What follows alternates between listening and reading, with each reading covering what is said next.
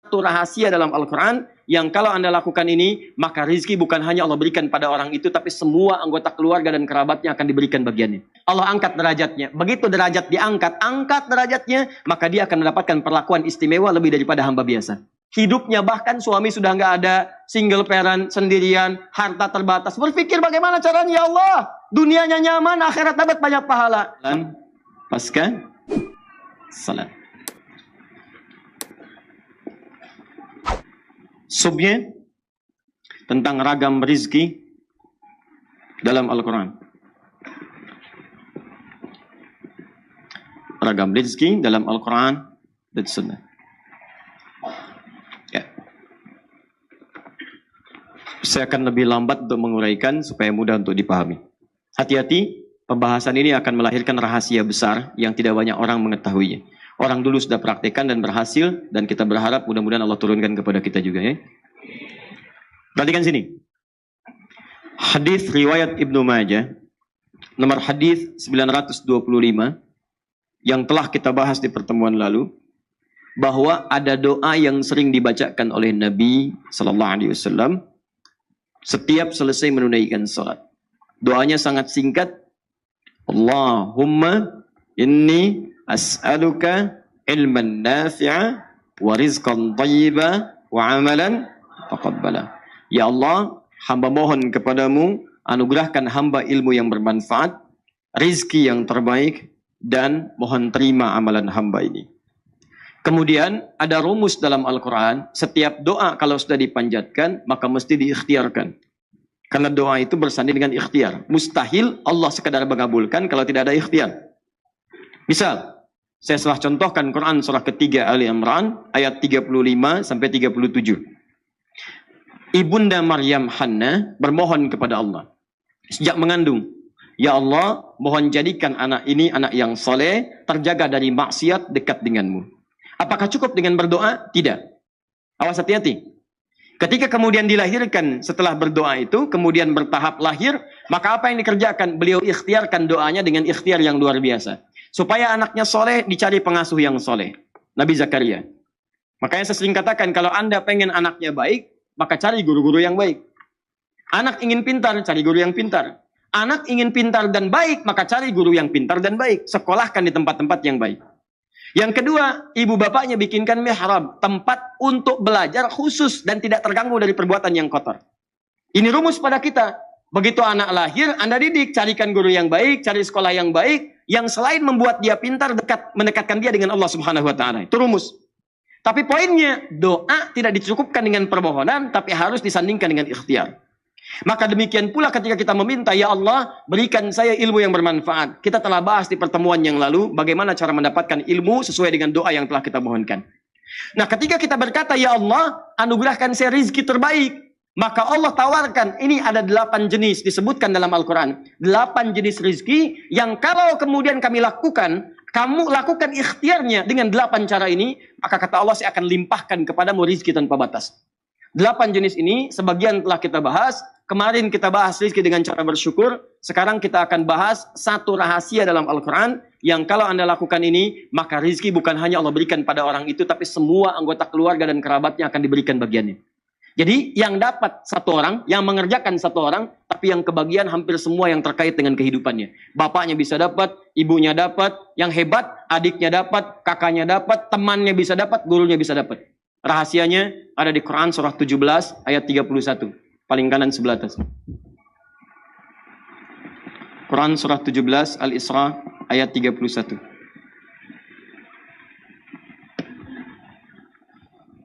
Saya turunkan ini. Ikhtiarnya Quran surah, saya agak cepat ya, mohon maaf. Quran surah ke-35 ayat ke-28. Kemudian yang kedua bisa diturunkan ke Quran surah ke-35 juga ayat 32. Turunan yang ini Quran kita ambil surah ke misalnya 54 ayat 17, ini selalu terbawa 22, 32, 40. Kemudian turunan akhirnya ada di Quran surah ke-13 ayat 23 sampai 24.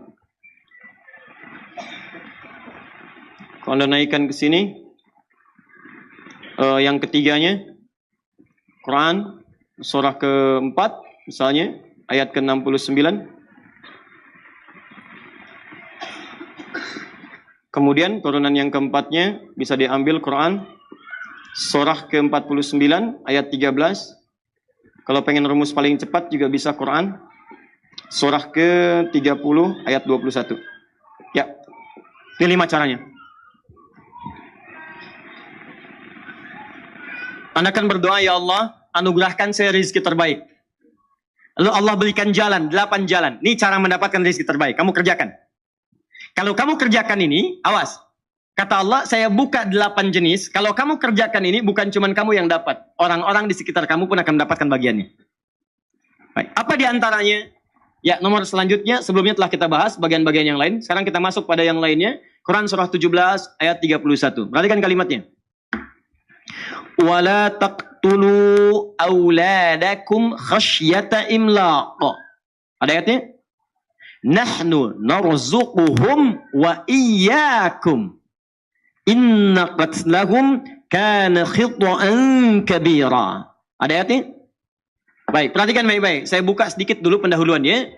Dulu, zaman-zaman jahiliyah, bahkan bukan hanya di lingkaran Arab, sampai ke Eropa, sampai dengan lingkup sebagian besar dunia, itu kalau ada orang tua kemudian melahirkan anaknya, dan merasa bahwa ekonominya terhimpit, tidak terlampau kuat, hartanya merasa belum cukup untuk bisa menghidupi anaknya, maka tidak ada pilihan di benak mereka kecuali untuk menghabisi anak keturunannya. Bunuh. Ada yang dikubur, ada yang sengaja dibekap, intinya dihabisi, selesai. Ya. Jadi dia merasa, wah ini susah nih, saya aja hidup susah, bagaimana dengan anak ini? Ya, tapi anehnya kok pengen punya anak gitu kan? Baik, jadi sudah dia mendapatkan keturunan itu kemudian dibunuh. Karena khawatir dia tidak akan mendapatkan jaminan rezeki yang baik di masa depan.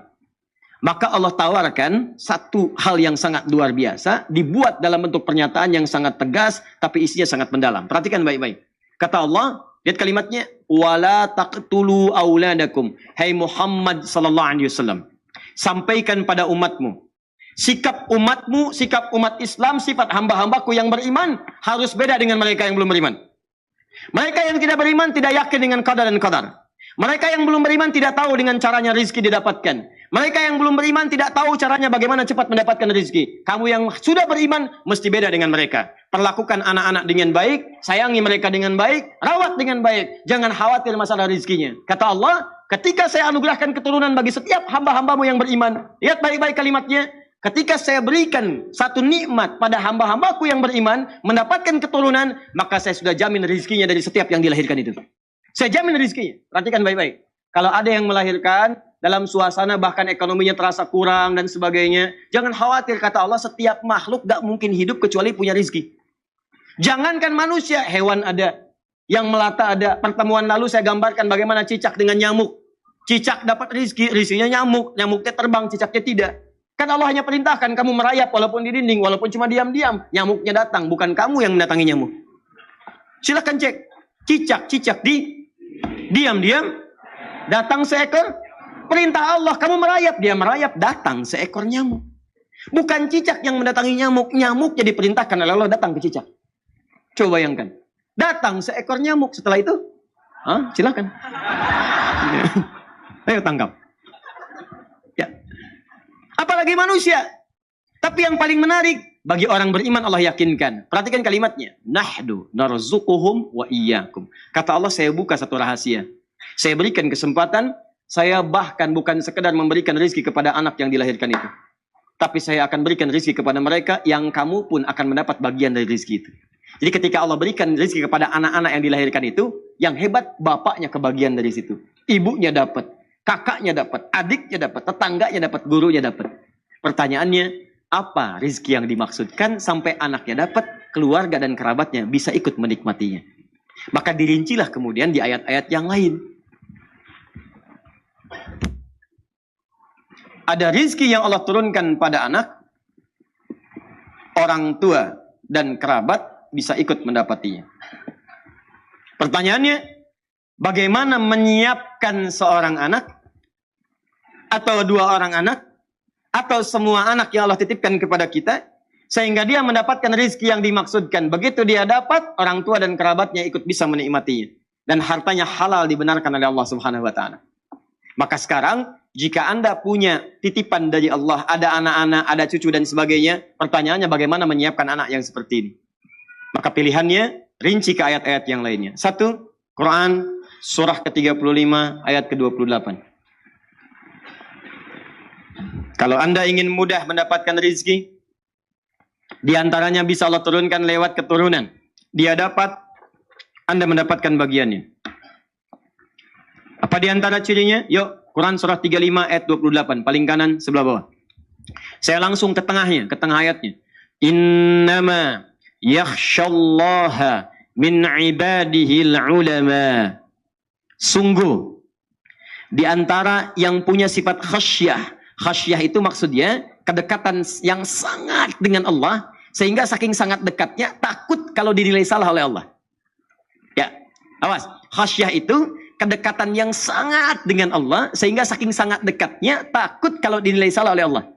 Jadi kalau bicara hati-hati, takut yang keluar di lisannya itu keliru, takut salah. Kalau bicara itu ditimang-timang dulu. Ini kafirnya diganti nggak kata-katanya ini? Ganti nggak gitu kan? Timang-timang dulu. Takutlah kalau saya ganti nanti jadi masalah gitu kan? Allah nggak suka dengan saya. Ya, timang-timang, ingat-ingat. Mustahil mengeluarkan fatwa yang kemudian bertentangan dengan hukum Allah. Jangankan itu, mau bicara saja timang-timang dulu, takut kalau Allah nggak ridho, dilihat dulu gitu. Itu namanya khasyah. Mau sholat, takut terlambat. Jadi jangankan azan, sebelum azan dah siap-siap, khasyah. Sehari baca Quran, dilihat, dipahami isinya. Lihat, takut. Kalau punya harta, takut Allah nggak ridho. Makanya dirinci, bagaimana saja mengeluarkan harta yang disukai oleh Allah. Misal, kalau infak, bagaimana infaknya? Untuk keluarga seperti apa? Terus dirinci. Itu khasyah namanya. Nah, puncak khasyah itu akan didapatkan oleh satu golongan di luar para nabi dan rasul, namanya ulama. Kata Allah, innama yakhshallaha min ibadihil ulama. Sungguh yang punya sifat khasyah yang mendalam kepada Allah adalah kalangan ulama. Jadi kalau Anda pengen lihat ulama yang betul, bukan cuma pintar. Kalau yang hafal Quran dengan ayatnya, nomornya, halaman, pojok kanan atas, kiri bawah, agak ke tengah sedikit, banyak yang begitu. Banyak. Tapi apakah yang demikian dia punya kedekatan dengan Allah? Belum tentu. Demi Allah saya katakan belum tentu. Jangan fanatis, jangan banyak terpukul. Lihat bagaimana kedekatannya dengan Allah. Punya sifat khasyah atau tidak? Bagaimana ketakutannya? Bagaimana ibadahnya? Jadi kalau Anda ingin mencari ulama yang betul, coba lihat bagaimana kedekatan dia dengan Allah Subhanahu wa taala. Di poinnya, ulama. Bagaimana menjadi ulama ini? Kemudian diturunkan di Quran surah ke-58 ayat ke-11. Diturunkan di Quran surah ke-9 ayat 122. Dirinci di hadis riwayatnya Ibnu Majah nomor hadis 233. Rawinya adalah sahabat bernama Abu Darda. Inilah dia keutamaannya. Kemudian dicontohkan lewat seorang sahabat Nabi namanya Abbas. Dicontohkan oleh sahabat Nabi namanya Umar. Dicontohkan oleh sahabat Nabi namanya Amr. Dicontohkan oleh seorang perempuan sahabat Nabi, single parent, namanya Malikah. Punya suami namanya Malik. Punya anak namanya Anas. Malikah punya anak namanya Malik. Anas, maaf. Anas. Abbas, Umar, Amr punya anak namanya Abdullah. Lihat baik-baik. Di Quran surah 35 ayat 28 disebutkan, ulama itu kalangan yang sangat dekat dengan Allah. Dekat Allah. Sekarang lihat rumusnya nih, pelan-pelan. Bukankah orang yang dekat dengan direktur mudah mendapatkan kenikmatan di kantornya? Bukankah orang yang dekat dengan pejabat mudah mendapatkan akses jabatannya? Betul? Bukankah orang yang dekat dengan ustadz mudah mendapatkan akses ke ustadz? Bukankah orang yang dekat dengan majlis ta'lim mudah mendapatkan akses di majlis ta'lim? Sekarang kalau orang dekat dengan Allah, apa yang tidak mudah bagi Allah? Siapa pemilik ilmu? Siapa pemilik rezeki? Siapa pemilik kemudahan? Maka secara logika sederhana, orang-orang yang paling dekat dengan Allah, maka tidak usah berpikir tentang rezeki, karena sebelum dia pikirkan, Allah sudah penuhi semua kebutuhannya. Maka tidak ada yang paling dekat, kata Allah, dari kalangan manusia selain Nabi dan Rasul dengan Allah Subhanahu wa taala kecuali kalangan para ulama. Makanya di hadis Ibnu Majah nomor hadis 233 disampaikan oleh sahabat Abu Darda dari Nabi SAW, para ulama itu disebut pewaris para nabi. Perhatikan kalimatnya. Wa innal ulama'a warathatul anbiya Wa innal anbiya'a lam yurithu dirhaman wala dinaran walakinnahum warathul ilma fahadhuhu bihadhin wafir. Sungguh para ulama itu pewaris para nabi. Para nabi itu tidak mewariskan dinar dan dirham, tapi mewariskan ilmu. Makanya kalau Anda pengen kata Nabi, perhatikan kalimatnya, ambillah ilmu warisan Nabi itu. Nih saya tanya ya, antum ya.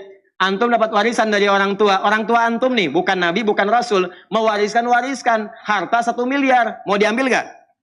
Ambil. Sekarang Nabi antum ngasih warisan. Mau diambil gak? Ambil. Manusia biasa ngasih warisan diperebutkan. Masa warisan Nabi gak direbutin? Kalau orang akalnya sehat, kalau orang pintar, perhatikan baik-baik. Orang pintar itu pasti akan memilih yang paling prioritas. Ini orang biasa ngasih warisan, direbutin. Kenapa Nabi yang super, Nabi yang istimewa ngasih warisan, gak pada direbutin? Ini ada warisan Nabi, namanya ilmu. Orang yang dapat ilmu disebut dengan alim, jamaknya ulama. Kata Nabi, ulama itu pewaris saya. Saya nggak wariskan uang, saya nggak wariskan harta, dinar dan dirham. Saya wariskan ilmu, ambil itu. Ketika ilmu itu diambil, maka Allah akan angkat derajatnya. Quran surah ke-58 ayat 11. Yarfa'illahu alladhina amanu minkum walladhina utul ilma darajat. Allah akan angkat derajat orang-orang beriman plus Allah memberikan tambahan derajat pada orang-orang yang mendapatkan tambahan pengetahuan. Di orang berilmu itu ketika dia naik status jadi ulama, alim, dekat dengan Allah, pewaris Nabi, Allah angkat derajatnya. Begitu derajat diangkat, angkat derajatnya, maka dia akan mendapatkan perlakuan istimewa lebih daripada hamba biasa. Silakan cek. Ingat ya, kalau Anda diangkat derajat oleh manusia, belum tentu manusia lain mengenal Anda. Anda disanjung oleh orang tanah kusir, orang tanah suci, belum tentu kenal Anda. Silakan.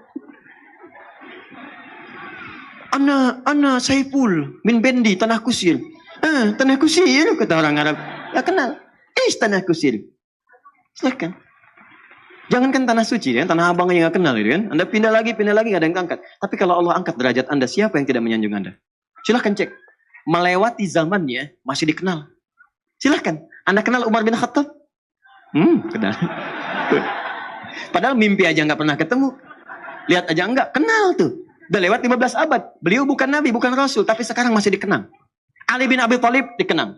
Sekarang kita ambil yang bukan sahabat. Al-Imam Syafi'i, Al-Imam Abu Hanifah, Imam Malik, Imam Ahmad. Bukan kalangan sahabat. Dikenal sampai sekarang. Ar-Rafi'i dikenal.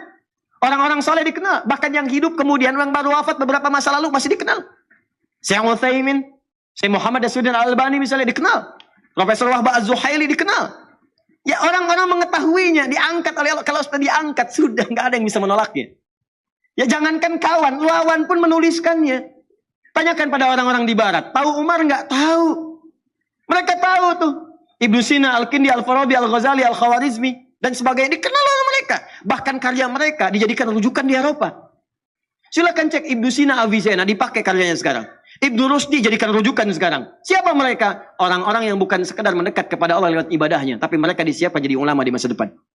Rumus ini ketika turun ayat jadi sampaikan. Kemudian dipraktekkan bagaimana cara mengejarnya, maka para sahabat sebagian dari mereka menyiapkan keturunannya menjadi ulama di masa depan. Siapa di antara mereka?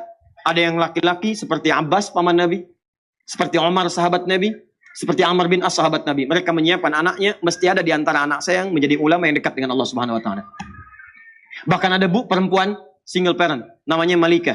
Suaminya sudah meninggal dunia. Begitu melihat peluang ini, langsung menyiapkan anaknya namanya Anas mesti dekat dengan Nabi sallallahu alaihi wasallam. Dia mesti menjadi alim, ulama dekat dengan Allah. Apa yang terjadi? Perhatikan baik-baik ini. Kalau anak-anak yang lain dibawa bapaknya ta'lim pulang, Abbas nyimpan anaknya di majelis Nabi. Abbas, paman Nabi.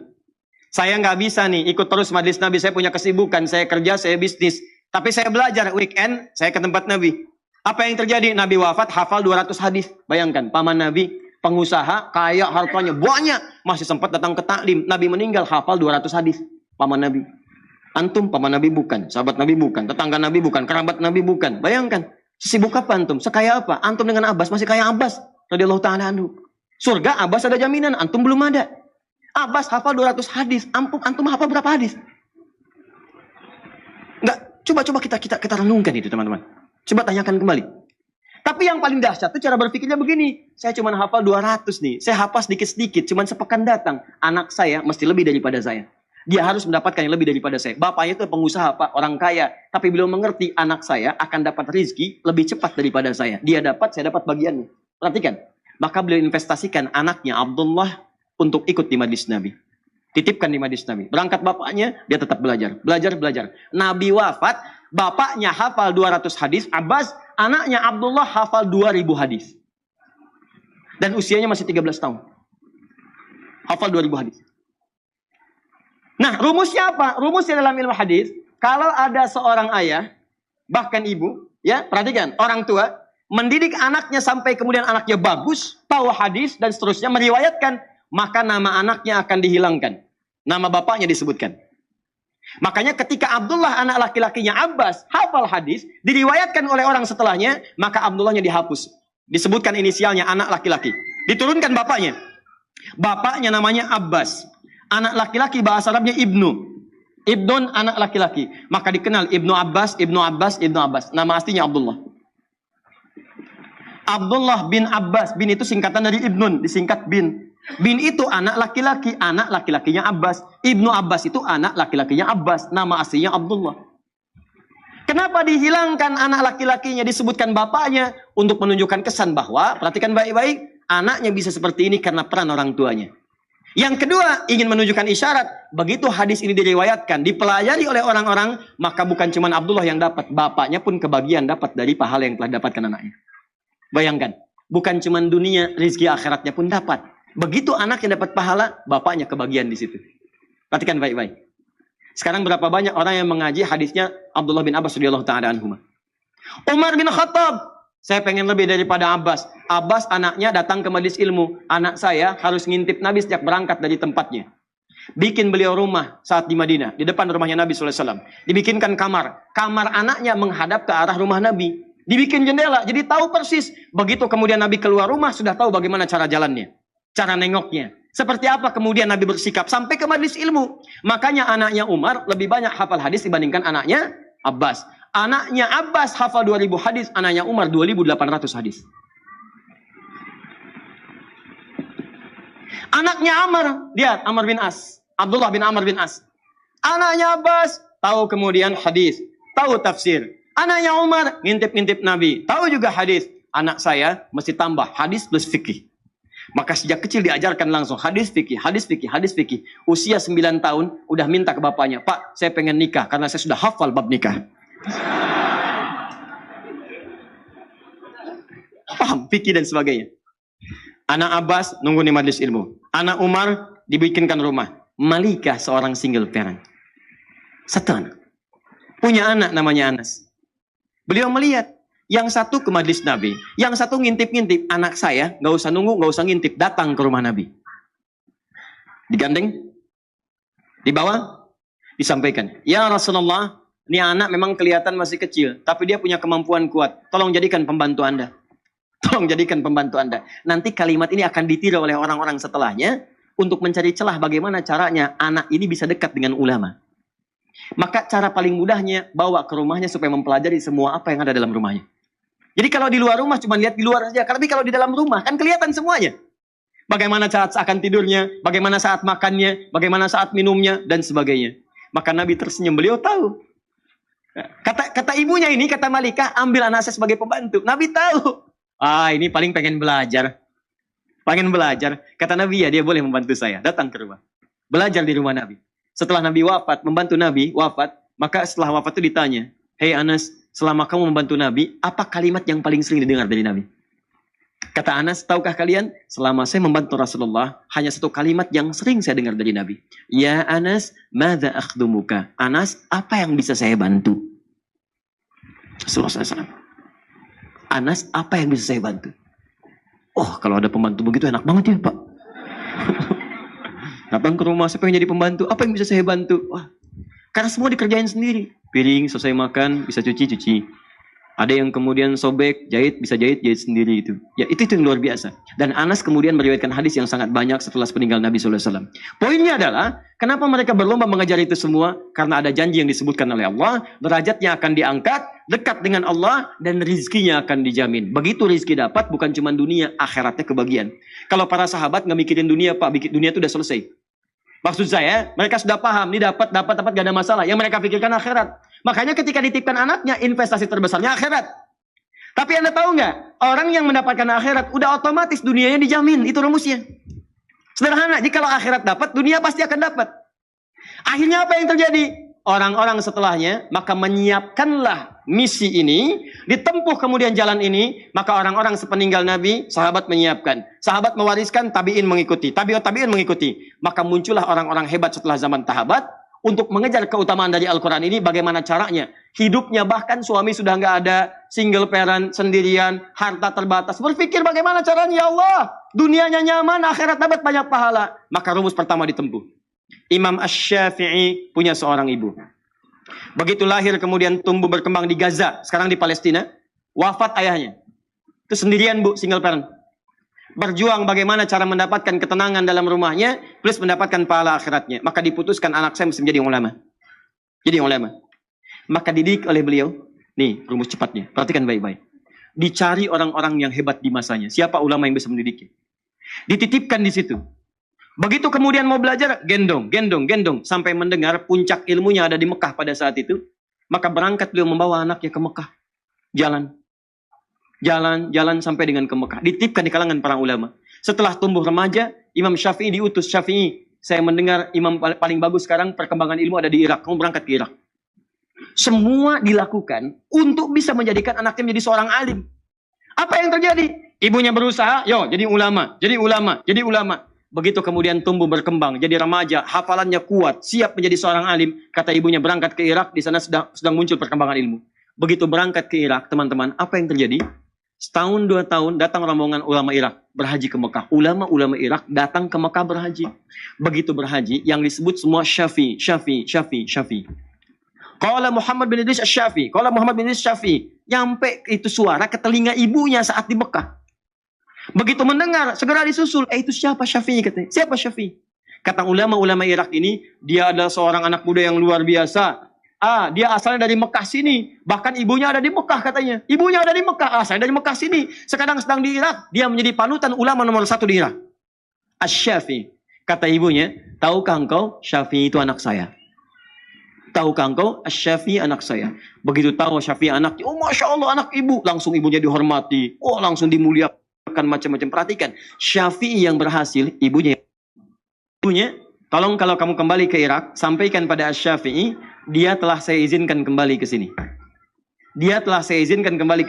Padahal waktu berangkat ke Irak, tadi sebelum saya sebutkan, padahal waktu berangkat, kata ibunya, Syafi'i, kamu belajar ilmu ke Irak, gak usah pulang ke sini.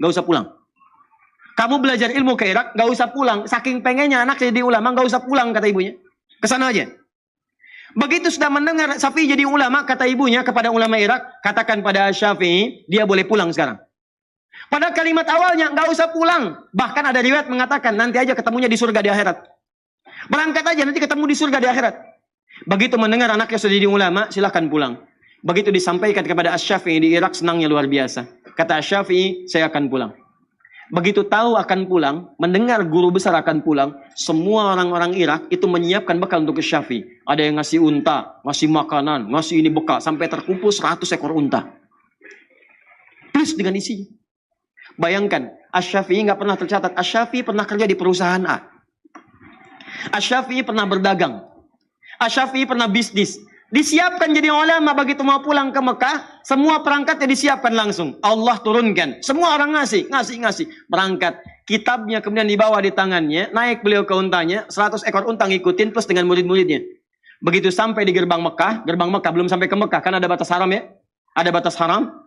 Begitu sampai di batas itu, beliau mengutus santrinya, tolong berikan kabar kepada ibu, saya sudah dekat, saya akan datang. Ini sunnah ya, ingat ini sunnah. Sunnah kalau Anda ingin berkunjung pada siapapun, kabari dulu. Kabari supaya dia siap-siap, jangan bikin kejutan. Justru kejutan itu dalam Islam nggak diperkenankan. Nggak pakai iya.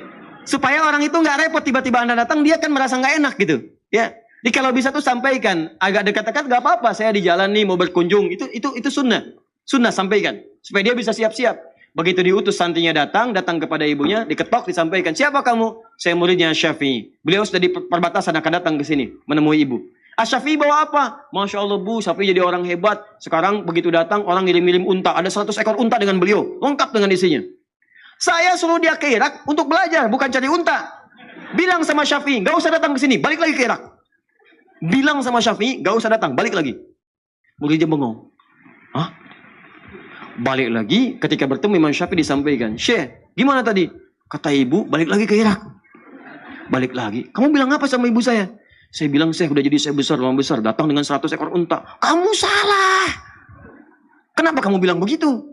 Maka diutus lagi yang lain, kamu datang ke ibu saya, kalau tanya, bilang, Syafi'i telah bawa kitab. Datang dari Irak, bawa kitab. Dan saya katakan, berikan semua unta ini, semua sedekahkan untuk orang Mekah yang membutuhkan. Berikan semuanya. Maka Syafi'i perintahkan 100 ekor unta itu dengan semua isinya dibagikan ke orang-orang Mekah, disedekahkan. Tinggal satu kitab dengan beliau di tangannya. Katakan pada ibu saya, Syafi'i datang pulang dengan membawa kitab di tangannya. Nggak bawa unta lagi. Datang muridnya, begitu datang ke ibunya. Bu, kamu siapa? Santrinya Syafi'i. Saya kan tadi katakan, pulang ke Irak, gak usah ke sini. Bu, Syafi'i udah gak bawa unta, cuma bawa kitab di tangannya. Oh, kalau begitu silahkan pulang. Maka Syafi'i datang, membawa kitab di tangannya, jadi ulama besar, dan fatwanya ditunggu-tunggu. Maka sejak saat itu teman-teman sekalian, apa yang terjadi?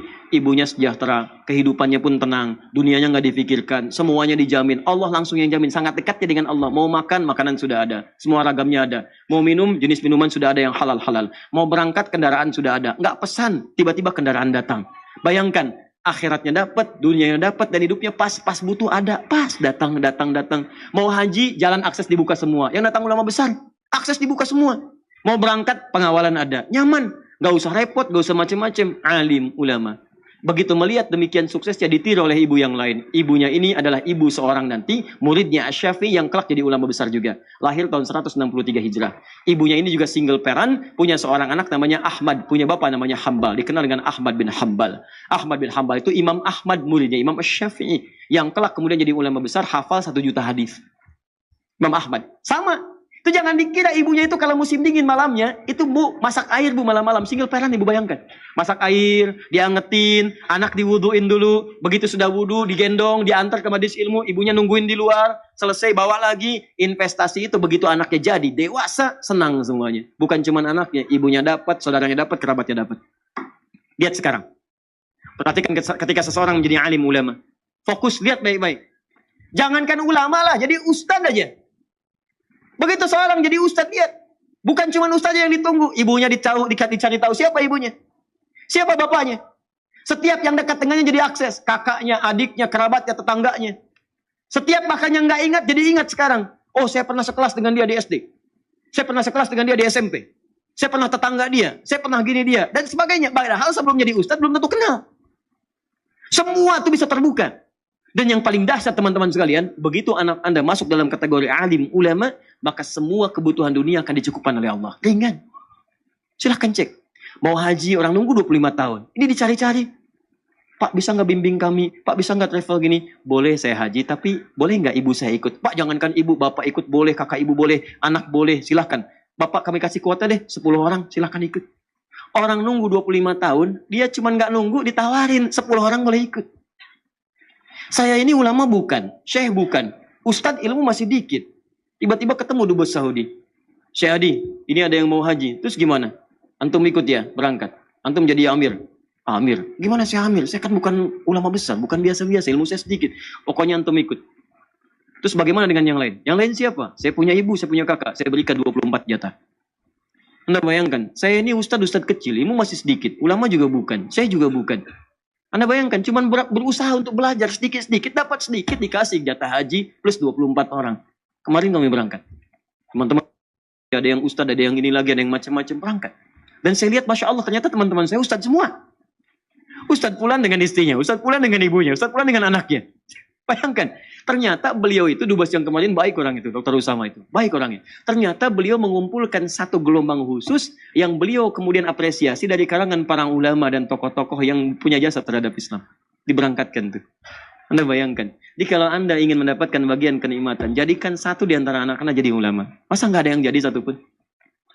Makanya jangan tertipu lah dengan kebanyakan orang yang sekolahkan. Pesantren itu sekarang bagus-bagus. Pesantren bagus-bagus, jangan dikira nggak bisa bersaing. Ya silahkan lihat, bahasa Inggrisnya banyak yang bagus. Lihat alumni Gontor tuh. Silakan, yang jadi ketua MPR ada, yang jadi menteri ada, yang jadi dubes ada, banyak. Bahasa Inggris bagus, bahasa Arab bagus, ada yang Mandarin ada yang bahasa lain ada. Silakan, jangan takut, matematika ada. Yang jago matematika, jago fisika, jago kimia. Jangan dikira kalau ketika Anda jadi ulama, Anda kehilangan dunia, tidak. Apa saya tidak belajar umum? Saya belajar, fisika saya belajar, kimia saya belajar. Waktu-waktu senggang saya pergi ke toko buku, saya beli buku kimia, buku fisika, saya pelajari. Ya, saya belajar, saya pahami. Saya baca juga yang lainnya. Tapi fokus kita pada apa yang Allah titipkan. Tapi yang lainnya kita pelajari. Jangan dikira Anda jadi ulama, Anda ketinggalan semua yang lain. Tidak, kita butuhkan. Ya, kalau orang tanya kan kita bisa jelaskan. Kalau ada orang berangkat haji gelombang kedua, apakah kemudian mikotnya itu di atas pesawat atau mikotnya di Jeddah, di King Abdul Aziz? Ada yang mengatakan kemudian di atas pesawat. Nah, timbul pertanyaan baru. Kecepatan pesawat itu berapa? 800 mph, bisa 800 km per jam. Anda mau mikot baru mengucapkan bis, pesawat udah lewat. Psh, bagaimana hukumnya? Qasar jama 3 farsah. 3 farsah itu ukurannya berapa kilo? Bagaimana cara mengkonversinya? Kalau Anda nggak paham hitungan matematika, nggak tahu rumus fisika, bagaimana bisa mendapatinya? Ustadz, itu jarak 80 kilo. Baik, sekarang kita gali lagi dengan masalahnya. Apa masalahnya? Sekarang ke Semarang, berapa jauhnya? Berapa kilo? Hitung dari sini bisa 300-400 kilo. Baik, pakai pesawat berapa? Pakai pesawat mungkin 1 jam, nyampe di sana. Sekarang ke Lebak Bulus, berapa jaraknya dari Bekasi misalnya? Dari Bekasi ke Lebak Bulus 30 kilo. Baik, 30 kilo berarti nggak nyampe 80. Boleh jama tidak? Tidak. Boleh kosor tidak? Tidak. Ke Semarang 300 kilo. Boleh jama? Boleh. Kosor? Boleh. Baik, sekarang pertanyaannya begini. Kalau ada orang ke Semarang naik pesawat, dan dari Bekasi ke Lebak Bulus naik beca. Nyampe dia berangkat dari Bekasi ke Semarang. Jarak cuma 1 jam pakai pesawat. Berangkat kemudian jam 12, nyampe jam 1. Asar aja belum. Yang di sini ngayuh beca dari Bekasi ke Lebak Bulus. Berangkat jam 12. Begitu masuk jalan tol, prit, gak boleh. Jalan biasa, macet. Nyampe teman-teman berangkat jam 12. Nyampe kemudian ke Lebak Bulus itu bisa jam 4, jam 5. Pertanyaannya, di situ di mana berlakunya antara jamak dengan kosor? Apakah yang ke Semarang berlaku atau yang ke Lebak Bulus yang berlaku? Jadi bukan cuma hitungan jarak. Di jarak itu ada hambatan. Makanya di jarak rumus fisikanya S sama dengan V kali T. Ya, mencari V sama dengan S dibagi T. Mencari T sama dengan S dibagi V. Tapi di jarak itu juga ada rumus hambatan, ada tantangan, ada tekanan. Ya, awas, hati-hati. Ada gayanya, ada gaya gesek, ada gaya gerak, ada hambatan, ada yang lainnya. Di gaya juga ada gaya lagi, ada rumus lagi. F1 sama dengan F2, F berbanding lurus dengan P. Ada semuanya. Ada rumusnya. Nih saya cek ya. Kalau ini ada lilin nih. Kasih api. Lilin kasih api. Kemudian ditutup dengan gelas. Maka api di lilin itu padam. Ini menunjukkan apa? Tidak ada oksigen. Bukan. Ini menunjukkan Anda nggak ada kerjaan. Kan bisa ditiup. Ngapain ditutup pakai gelas?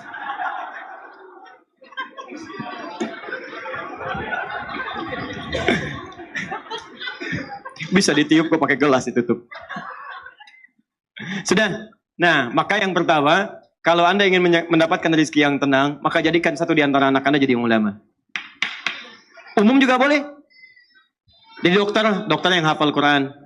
Ya, ahli fisika yang hafal Quran. Boleh, banyak zaman Nabi. Kemudian setelah itu diwariskan. Ali bin Abi Thalib itu jagoan matematika, ahli matematika. Setelahnya ada Jabir bin Hayyan, ahli kimia. Ada ahli fisika, ada ahli matematika. Silahkan ahlinya, tapi jangan tinggalkan kemudian bagian-bagian keislamannya. Saya cepat. Kedua, kalau nggak bisa jadi ulama yang maksimal, jadikan ahli Quran. Minimal penghafal Quran. Coba lihat anak-anak. Ada Musa, ada Ahmad, ada Kamil, ya?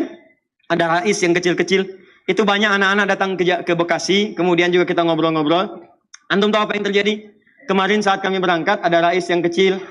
Ada anak perempuan juga yang, mohon maaf, matanya mungkin nggak melihat. Kata orang buta. Tapi saya katakan, Masya Allah, matanya ditutup dari berbuat maksiat dari sejak kecil. Matanya dihambat dari maksiat dari sejak kecil. Anda bayangkan teman-teman, yang hafal Quran anaknya, yang ikut haji, bapaknya ikut, ibunya ikut, gurunya ikut, temannya ikut. Yang hafal Quran cuma anaknya. Masa iya dari anak-anak antum nggak ada yang hafal Quran? Anak 1 belum hafal, anak 2 belum hafal, anak 3 belum hafal, 5 anak nggak ada yang hafal. Kenapa nggak diinvestasikan 1 anak aja hafal Quran? Demi Allah saya katakan, anak Anda usia 6 tahun, hafal 30 juz. Begitu hafal 30 juz, kakaknya yang 16 tahun, bapaknya yang 40 tahun, istri yang 34 tahun, adiknya yang 5 tahun, ikut semua mendapatkan keutamaannya. Ahli Quran. 3. Kalau belum sanggup ke sini, didik menjadi soleh. Ayo soleh. Siapkan seperti Maryam. Maryam disekolahkan di tempat yang baik, bimbingannya baik. Ketika anak itu didik menjadi anak yang soleh, dekat dengan Allah, rajin ibadah, sering ke masjid, sering baca Quran, walaupun belum hafal, demi Allah saya katakan, jangankan orang lain, tetangga itu akan menyebut memuliakan bapaknya, memuliakan ibunya. Tidak pernah anaknya disebut kecuali bapaknya mendapatkan bagiannya. Begitu anaknya masuk, anaknya namanya Ahmad, bapaknya Asep. Tuh lihat tuh anaknya Pak Asep, bukan Ahmadnya, Pak Asep yang disebutkan. Dia punya anak, anaknya Kevin. Kevin kalau bisa seperti Ahmad ya, anaknya Pak Asep. Pak Asepnya masih ikut. Silahkan cek. Di semuanya akan dapat bagiannya. Dan mudah gitu. Begitu masuk, mudah. Ke sekolah, mudah. Dan sebagainya. Kalau belum mampu juga, dekatkan dengan orang soleh. Cari orang-orang baik. Begitu aksesnya dekat dengan orang soleh, maka dia akan mendapatkan kemuliaannya. Terakhir, kalau belum dapat juga, pengen cara cepat, cari menantu yang soleh. Quran surah 30 ayat 21. Ini rumus dari Nabi. Makanya antum yang belum nikah, jadi pada soleh. Jadi ulama, antum akan dicari. Ya, jadi ahli Quran, dia orang-orang baik. Karena rumus Nabinya sederhana. Jika anda kedatangan seorang pemuda yang dekat dengan Allah, maka jangan sia-siakan dia. Cepat, karena tidak mudah lagi menemukannya. Makanya saya senang sekali orang-orang sekarang, Masya Allah, itu sangat bagus-bagus. Dalam menyeleksi itu sekarang ukurannya Al-Quran. Ukurannya ke masjid. Ya kan pernah datang ada yang ke rumahnya, anaknya luar biasa perempuan ya, cantik, bagus. Dan bapaknya bagus sekali seleksinya, pakai Quran. Datang orang pertama, Pak, saya berminat, ini ingin begini-begini. Ya, nah bagus. Namanya siapa? Saya Anas, Pak. Baca surat An-Nas. Baca. Bagus ya. Baik, mudah-mudahan kalau jodoh, yaitu jadi jodoh yang terbaik. Besoknya datang lagi. Adek, ada apa? Aduh Pak, saya tuh sudah alhamdulillah ada kematangan begini-begini. Nama siapa? Torik. Baca surat At-Torik. Baca. Masya Allah. Begitu yang ketiga, tuh dia tahu info dari yang lainnya. Saya kemarin ke sana, nama saya Anas, baca Anas. Saya Torik, baca Torik. Begitu yang ini datang, wajahnya udah pucat. Adek namanya siapa? Saya Yusuf Ibrahim, Pak.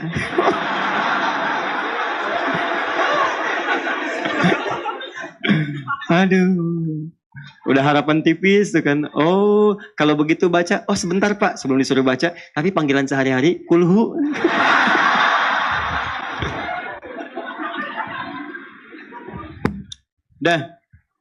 Jadi ini ya gambarannya. Kalau kita ingin mendapatkan rezeki yang baik, maka didik anak-anak dengan baik. Jangan takut, semua mendapatkan bagiannya. Tapi kalau kita ingin limpahannya, maka maksimalkan apa yang bisa kita berikan untuk mereka. Saya izin menyampaikan informasi, untuk berikhtiar menjadi itu semua, mustahil kecuali orang tuanya pun berubah dulu jadi baik.